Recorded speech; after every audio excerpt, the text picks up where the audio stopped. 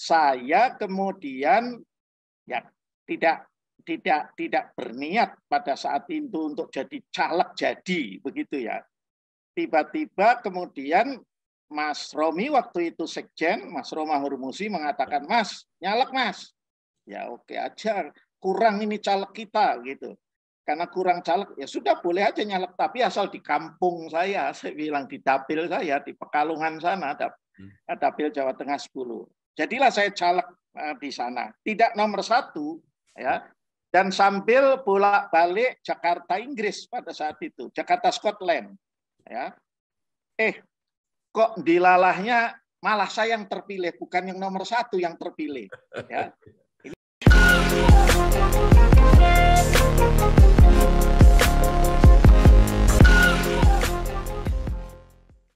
Ini cerita anak muda yang berani, sibuk sampai nggak bisa ngajuin KPR di bank. Iya nih. No worry, kan ajuinnya praktis dengan sentuhan jari. Rumah atau liburan ya? Stop galau, angsurannya panjang sampai 30 tahun. Punya rumah dan liburan juga bisa. Ngembangin usaha atau ajuin KPR ya? Nggak usah ragu, cukup bayar bunganya, lo udah bisa punya rumah sendiri. BNI Gria Gue, solusi generasi muda untuk ambil langkah berani. Berani dong. BNI.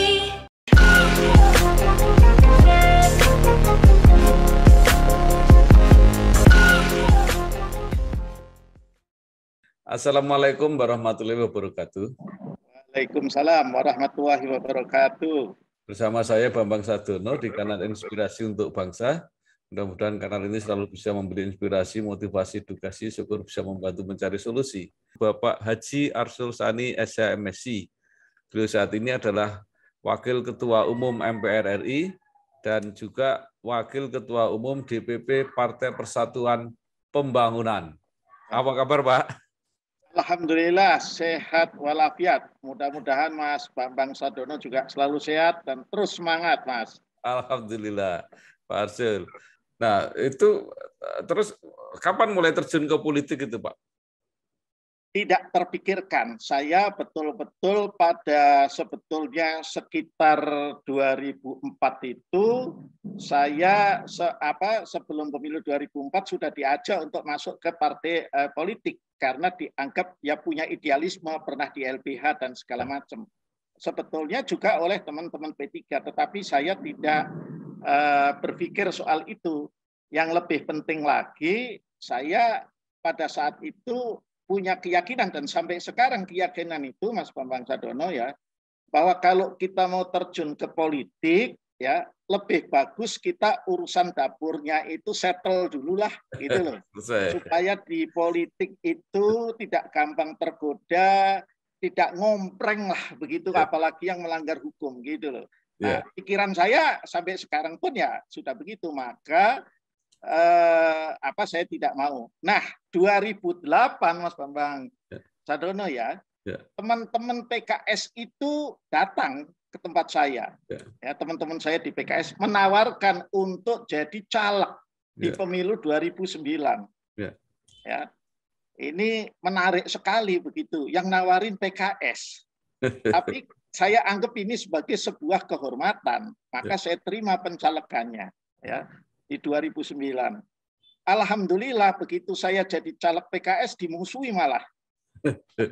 Keluarga saya juga agak susah untuk menerima ya. Keluarga saya ini kan keluarga besar saya kan tipikal keluarga Nahdlatul Ulama gitu ya. Kita sama-sama tahulah persepsinya orang NU terhadap PKS pada umumnya itu seperti apa begitu ya. Nah, jadi saya tidak ditakdirkan untuk jadi anggota DPR dari PKS. Maka saya kemudian memutuskan karena sudah agak bosen jadi lawyer, saya memutuskan untuk istirahat di 2011 itu dari lawyer. Saya dengan biaya sendiri memutuskan untuk mengambil program doktoral, Mas Bambang Sadono, di Glasgow, Skotlandia. Ya.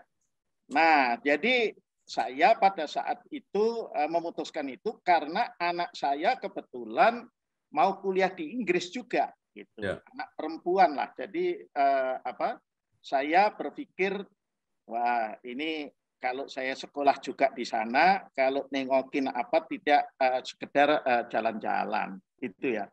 Maka saya memulailah 2011 itu. Ya. Nggak berapa lama setelah saya mulai, saya ditelepon oleh Mas Lukman Hakim Saifuddin. Waktu itu Wakil Ketua MPR. Iya, iya. Begitu. Nah, itu sehabis muktamar P3 yang ke-7 di Bandung. Diminta untuk membantu DPP P3 yang terkait tentu dengan bidang hukum, terutama legislasi dan segala macam. Ya, saya bilang saya masih sekolah, asal tidak dipaksa untuk aktif dan dipaksa pulang ya sudah. Akhirnya disitulah saya kemudian diberi jabatan oleh Pak Surya Dharma Ali sebagai Ketua LBH DPP P3. Nah, itulah menjadi orang politik beneran, Mas Bambang Sadono. itu. Ya. Nah, kemudian mulai dicalonkan 2014, Pak ya? Ya, itu ada ceritanya lagi. Jadi kan saya ini kan kalau di sana dokter itu terbagi dalam 2 tahap, 2 stages ya. Tahap yang pertama ya ada perkuliahan, ada assignment dan segala macam. Itu harus lulus dulu. Kalau kita lulus tahap pertama, sebetulnya nggak melanjutkan pun kita dapat gelar master. Ya. Nah, saya kemudian ya tidak berniat pada saat itu untuk jadi caleg begitu ya. Tiba-tiba kemudian Mas Romi waktu itu sekjen, Mas Roma Hurmusi mengatakan, Mas, nyalek Mas. Ya oke aja, kurang ini caleg kita gitu. Karena kurang caleg, ya sudah boleh aja nyalek, tapi asal di kampung saya bilang di dapil saya, di Pekalongan sana, dapil Jawa Tengah 10. Jadilah saya caleg di sana. Tidak nomor 1, ya. Dan sambil bolak-balik Jakarta Inggris pada saat itu, Jakarta Scotland. Ya. Kok dilalahnya malah saya yang terpilih, bukan yang nomor 1 yang terpilih. Ya. Ini bukan karena saya hebat, Mas Bambang Sadono. Ya. Karena saya punya modal sosial. Ya. Ayah saya dulu ketua PCNU di sana. Ya. Kemudian ketua DPC P3. Jadi saya jadi anggota DPR itu dengan modal sosial ayah saya lah. Ya. Gitu loh. Nah, jadi kan kalau saya silaturahmi mengenalkan diri, itu orang sudah langsung bilang, oh putranya Pak Haji Abdullah Fajari, oh ya saya kenal dengan ayahnya, ya insya Allah lah kita ikut bantu, ikut dukung aja. Jadi dari mulut ke mulut itulah.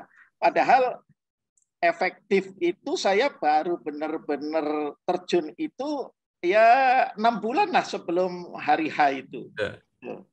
Itu. Ya.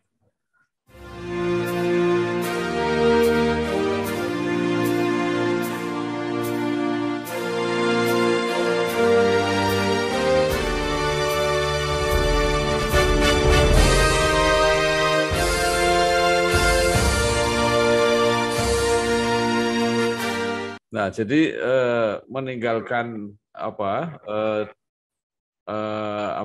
profesi hukum profesional, ya. Kemudian akhirnya bergeser ke politik, tapi kemudian masuk DPR juga ngurusnya hukum lagi, Pak ya, karena banyak aktif di Komisi 3. Nah, iya, jadi itu tadi terpilih, ya, terpilih itu kemudian. Ya karena memang desainnya dulu masuk P3 juga disuruh bantu P3 untuk urusan hukum, urusan legislasi. Ya. Maka begitu terpilih jadi anggota DPR, saya ya ditugaskan di Komisi 3 yang membidangi bidang hukum, HAM dan keamanan nasional serta di badan legislasi. Ya. Disuruh merangkap. Ya. Nah, ya sudah. Nah, akibatnya apa? Akibatnya kan saya tidak bisa kemudian melanjutkan riset saya untuk doktoral. Maka saya putuskan di 2014 itu kira-kira setelah hampir setahun, di 2015 lah saya putuskannya, itu saya exit dari program doktor itu. Tapi karena sudah melewati stage 1, saya mendapatkan gelar master. Itu. Ya. Nah, itu Mas Bambang. Jadi, tapi karena itu sudah jadi tekad, saya kemudian ya bertekad suatu ketika saya harus lanjutkan program doktor ini, dan tahun lalu saya lanjutkan karena sekarang sudah tidak tentu sesibuk, dan saya bilang saya jangan seperti periode lalu lah, saya bilang saya agak dikasih longgar supaya baca buku, dan kemudian alhamdulillah lagi pensiun jadi sekjen P3. Nah, itu juga banyak berkurang jadi kegiatan, ada alokasi waktu untuk bisa baca buku lagi, untuk bisa riset lagi. Halo Biotizen, sudah tahu belum kalau sekarang ada metode baru pengambilan sampel untuk deteksi COVID-19 selain swab lo, Biosaliva merupakan alternatif pengambilan sampel untuk deteksi COVID-19. Dengan Biosaliva, tes PCR COVID-19 akan lebih nyaman karena sampelnya diambil melalui metode kumur-kumur.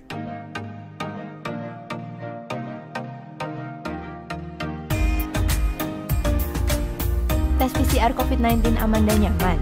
Biosaliva aja.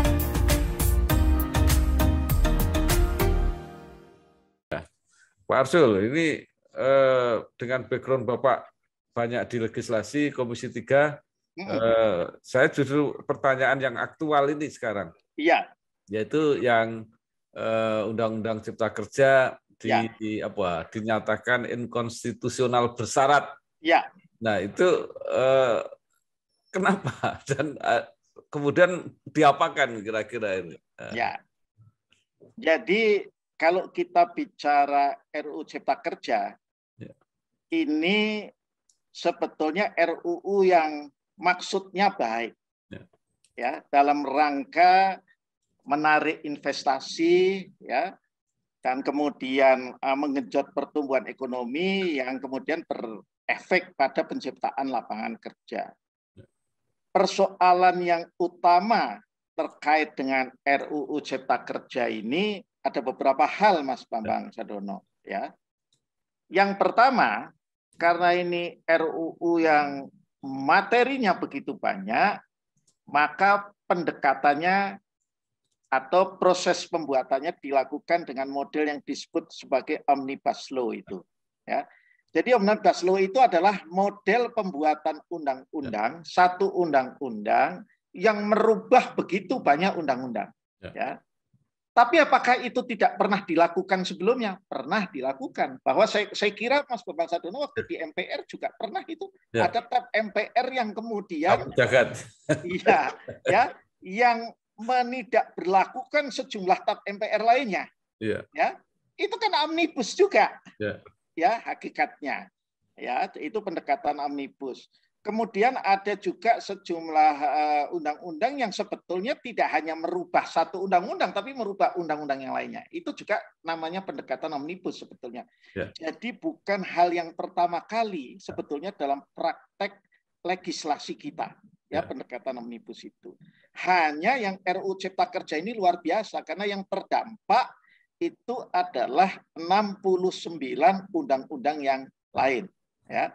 Jadi memang begitu luar biasa. Nah, sementara di sisi lain, ya, undang-undang yang mengatur tata cara pembuatan peraturan perundang-undangan kita, Undang-Undang Nomor 12 Tahun 2011, ya, dan undang-undang perubahannya Nomor 15 Tahun 2019 itu belum mengatur model pembuatan undang-undang dengan pendekatan omnibus itu tadi.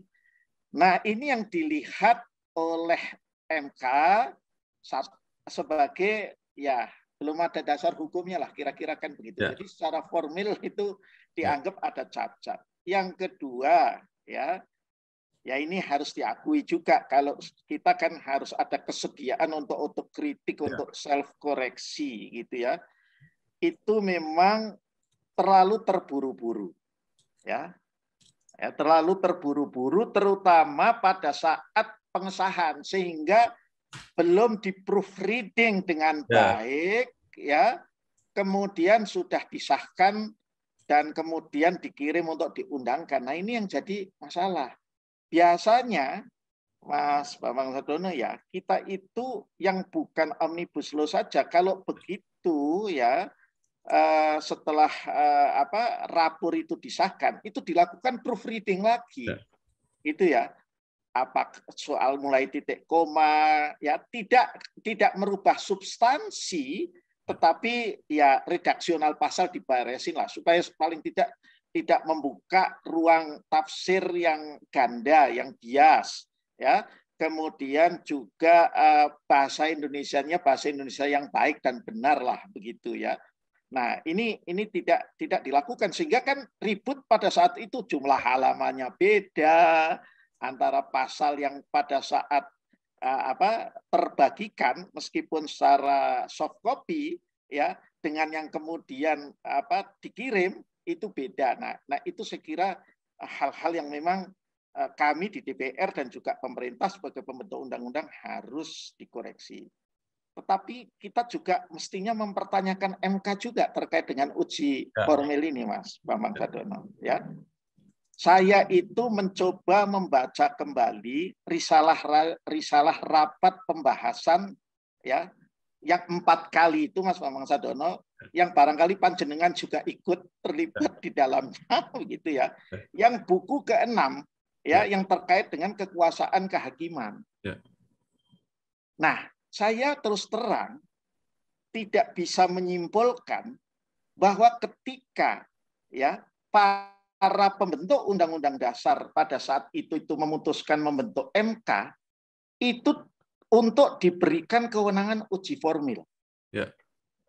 Jadi kalau dari risalah-risalah itu ya MK itu menurut saya tidak didesain untuk diberi kewenangan melakukan uji formil. Desainnya adalah untuk mau melakukan kewenangan uji materi. Nah, sekarang kalau dia kemudian menyatakan diri ya punya kewenangan uji formil, basis konstitusionalitasnya itu apa? Ya. Gitu loh. Ini ya saya sampaikan dan belum ada yang jawab gitu loh. Dan dalam perjalanannya MK ini harus kita kritisi. Ada hal-hal yang menyangkut dirinya, dia menafsirkan sendiri, ada yang bilang sak maunya, gitu loh. Contoh ketika memutuskan uji materi soal Undang-Undang Komisi Yudisial tahun 2006, tiba-tiba bilang bahwa hakim MK itu tidak tunduk pada yurisdiksi pengawasannya Komisi Yudisial. Loh, ini bagaimana? Alasannya apa? Alasannya karena tata urutan di pasal 24 Undang-Undang Dasar Negara Republik Indonesia tahun 1945. Ya. 24A itu MA, 24B itu KY, 24C itu Mahkamah Konstitusi.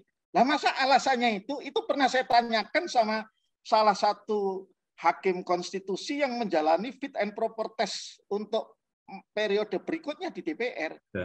Ini does not make sense. Padahal MK itu dalam banyak putusannya selalu bicara tentang original intent.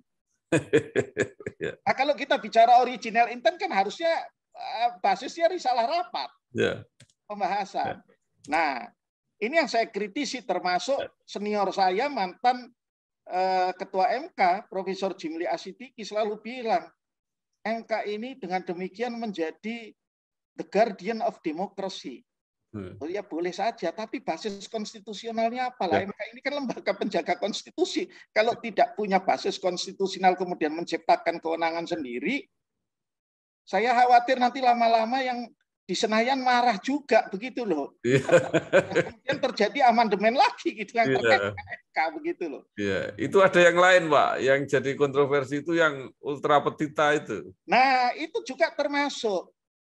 Jadi memang sih selalu yang namanya hakim konstitusi itu di mana-mana ya. Dulu waktu saya di Australia ketika ada di Australian High Court itu memutuskan tentang tanah-tanah ulayat yang disebut dengan Mabolo dalam Mabukis itu, tanah ulayatnya kaum Torres Islander ya, penduduk asli ya, aborigin. Itu kemudian di sana timbul pertanyaan, ini bagaimana? Ada kalau di sana ada 7 atau 9 orang juga. Ini kira-kira pertanyaannya begini, ini bagaimana kalau di kita ada 9 orang yang tidak dipilih oleh rakyat, kemudian dengan dalam tanda kutip sak maunya sendiri ya, membatalkan ya produk dari ya lembaga negara lain yang itu elected, dipilih oleh rakyat. Nah, ini juga ada perasaan begitu sebetulnya. Itu ya. Ya.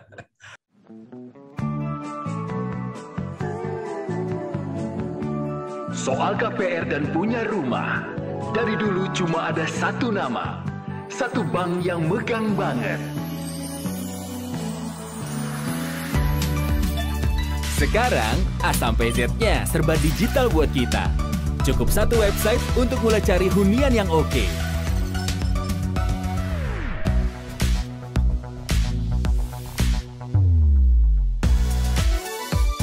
Lagi sesibuk apapun, cukup satu fitur ngajuin KPR online.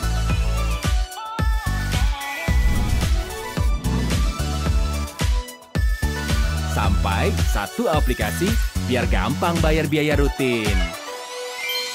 Kini, semua ada di jarimu. Satu nama dengan pengalaman 45 tahun memimpin segmen KPR. KPR, pasti BTN. Pak, nah sekarang dampak itu kan pengujian formil kan yang dilakukan ini. Ya. Antara lain kecuali tidak dianggap tidak ada dasarnya di Undang-Undang Dasar 12 2011 itu 12 2011. ya 12 2011 itu karena prosesnya yang tidak transparan, kemudian mungkin kurang memberi kesempatan itu. Nah, sekarang dampaknya kalau itu dilakukan sekarang, diulangi lagi dilakukan, apakah hanya berdampak secara formil, apakah hanya untuk basa-basi kemudian mendengarkan orang? Kalau apa yang disampaikan itu juga tidak diakomodasi, apa enggak masalah lagi? Nah, berarti kan material, Pak, itu nanti perubahannya. Betul, itulah Mas Bambang Sadono. Di satu forum diskusi saya sampaikan, ini putusan MK ini bakal tidak mengikuti prinsip pegadaian. Prinsip pegadaian itu kan menyelesaikan masalah tanpa masalah. Kalau ini menyelesaikan masalah dengan menimbulkan potensi masalah, hemat saya. Kenapa? Coba Mas Bambang Sadono bayangkan, pemerintah dan DPR mengatakan akan komit memperbaiki sisi formilnya. Terus nanti sisi formilnya diperbaiki, dibuka kembali ruang partisipasi publik. Tapi yang namanya suara publik itu kan tidak pernah tunggal di negara ini. Nah, mau berapa lama pun, dulu saya bilang sama teman-teman, saya kebetulan anggota Panja dan di perumus KUHP.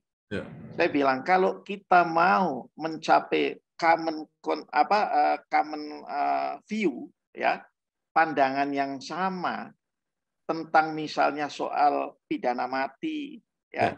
Soal apakah harusnya aborsi itu dilegalkan saja semuanya, saya bilang sampai kiamat kurang 2 kali nggak bakal ketemu satu pandangan.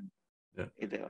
Nah, jadi kan karena aspirasi itu selalu berbineka, kan tugas DPR itu kan kemudian memutuskan tentu tidak kemudian sama sekali meninggalkan. Dan saya kira misalnya dalam soal ketenaga kerjaan kan juga didengarkan akhirnya dari rancangan pemerintah, misalnya soal pesangon yang tadinya 17 kali kan naik juga.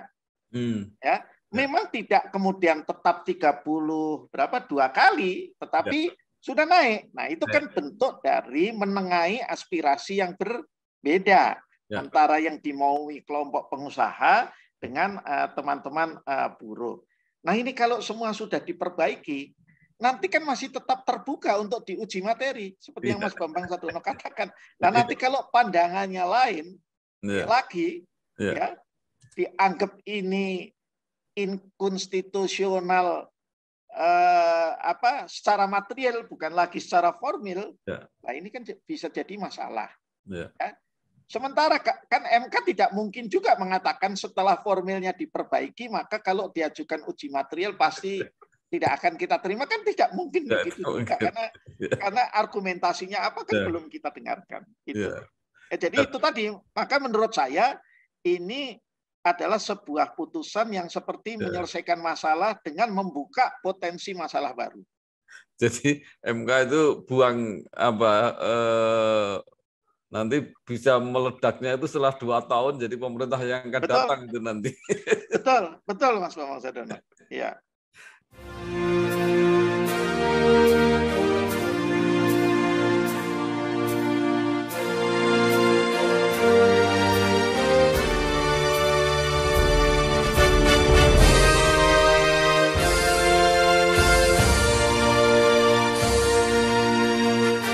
Baik Pak, kita tinggalkan yang itu.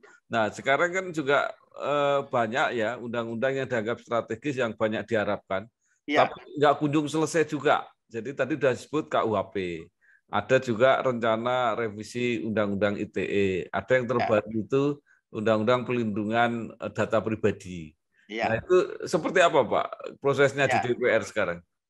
Jadi kalau soal RKUHP, soal Undang-Undang ITE ini mesti Mas Bambang Sadono undang Prof. Mahfud atau Pak Yasona Lauli ini sebagai narsum.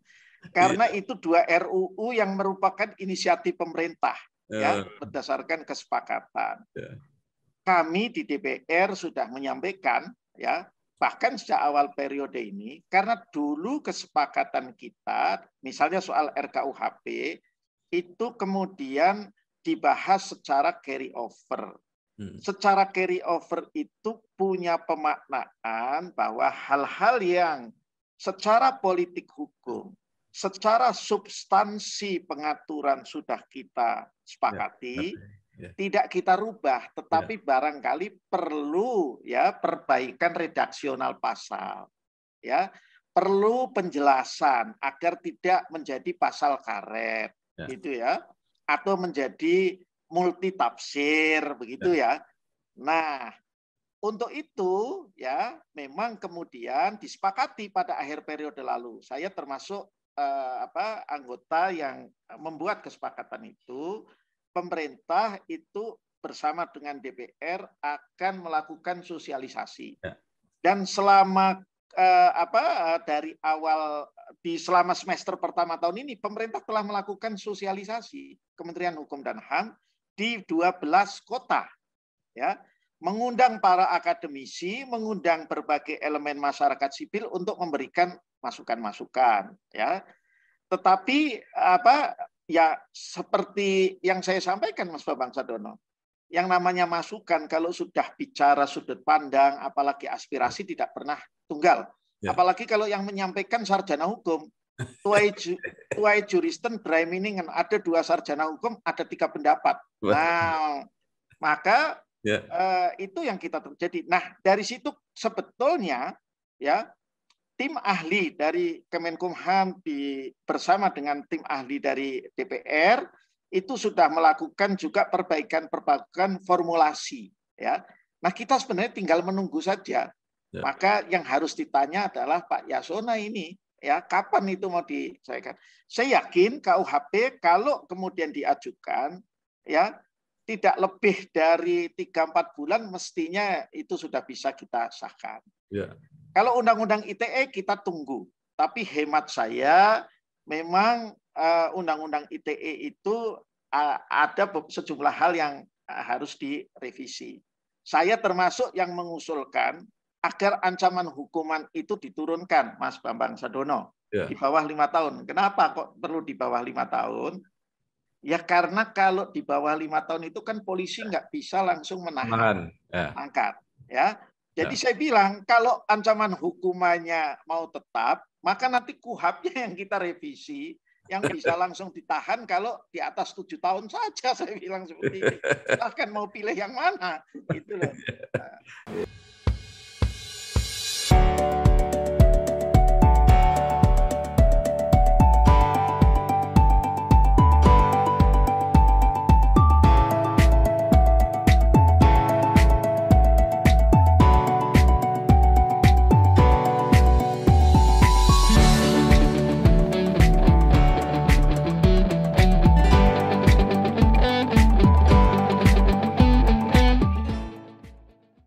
Baik, terima kasih sekali Pak Haji Arsul Sani, SH MSI.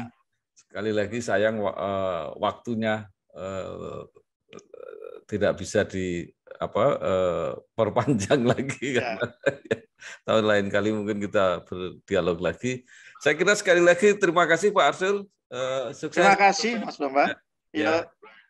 Assalamualaikum. Waalaikumsalam warahmatullahi wabarakatuh.